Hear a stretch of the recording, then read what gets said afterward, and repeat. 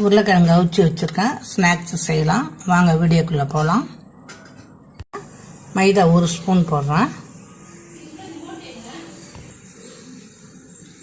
Cornflour மாவு 1 spoon போடுறேன். இந்த உருளைக்கிழங்கு ஸ்நாக்ஸ் செய்யறதுக்கு குடமிளகா ஒரு 1/4 சேர்த்து வச்சுருக்கேன்.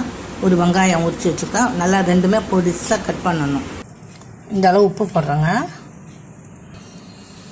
சில்லி ஃப்ளாக்ஸ் கொஞ்சம் ஒரு 1/4 ஸ்பூன் அளவு போடுறேன். அந்த குடமிளகா கொஞ்சம் கட் பண்ணி வச்சுருக்கேன் நைஸாக. வெங்காயம் நைஸாக கட் பண்ணி வச்சுருக்கேன். புதினா, மல்லி, கருவேப்பிலை இதெல்லாம் கட் பண்ணி அதில் ஒன்றா போட போகிறேன். குடமிளகா போட்டுக்கிறேன். இந்த கருவேப்பிலை, கொத்தமல்லி, புதினா அப்படியே கட் பண்ணது போட்டுக்கிறேன். அடுத்து வெங்காயமும் போட்டுக்கிறேன்.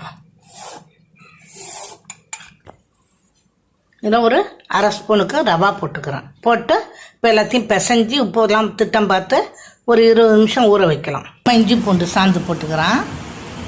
1 ஸ்பூன் கடல மாவு போட்டுக்கிறேன். கொஞ்சம் தளத்தளப்பு இருக்குது, அதனால் 1 ஸ்பூன் கடல மாவு. எண்ணெய் காஞ்சிட்டு இதை போடுறேன் பாருங்க.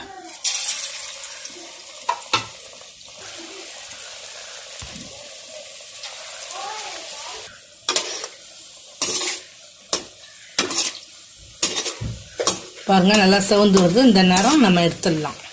பாருங்கள் இப்போ செஞ்சாச்சு. எப்படி இருக்குது பாருங்கள், அப்படியே பொசன்னு இருக்குது பாருங்கள். இதேமாரி நீங்களும் செஞ்சு சாப்பிட்டு பாருங்கள். இங்கே பாருங்கள், பிள்ளைங்களுக்கு கொடுத்தாலும் நல்லாயிருக்கும். இங்கே இப்படி எடுத்து இதில் தொட்டு அப்படியே எடுத்து சாப்பிட வேண்டியது தான். இதுமாதிரி நீங்களும் செஞ்சு சாப்பிட்டு பாருங்கள். குழந்தைங்க ஸ்கூல் விட்டு வந்ததும் செஞ்சு கொடுத்தீங்கன்னா பிள்ளைங்க விரும்பி சாப்பிடுவாங்க. பெரியவங்களும் சாப்பிட்லாம். சூப்பராக இருக்கும். இதை சாப்பிட்டுட்டு டீ குடித்தா ஈவினிங் டிஃபன் முடிஞ்சுது. அதுமாதிரி நீங்களும் செஞ்சு சாப்பிட்டு பாருங்கள். சப்ஸ்கிரைப் பண்ணுங்கள், லைக் பண்ணுங்கள், ஷேர் பண்ணுங்கள். வீடியோ பார்த்ததுக்கு நன்றி.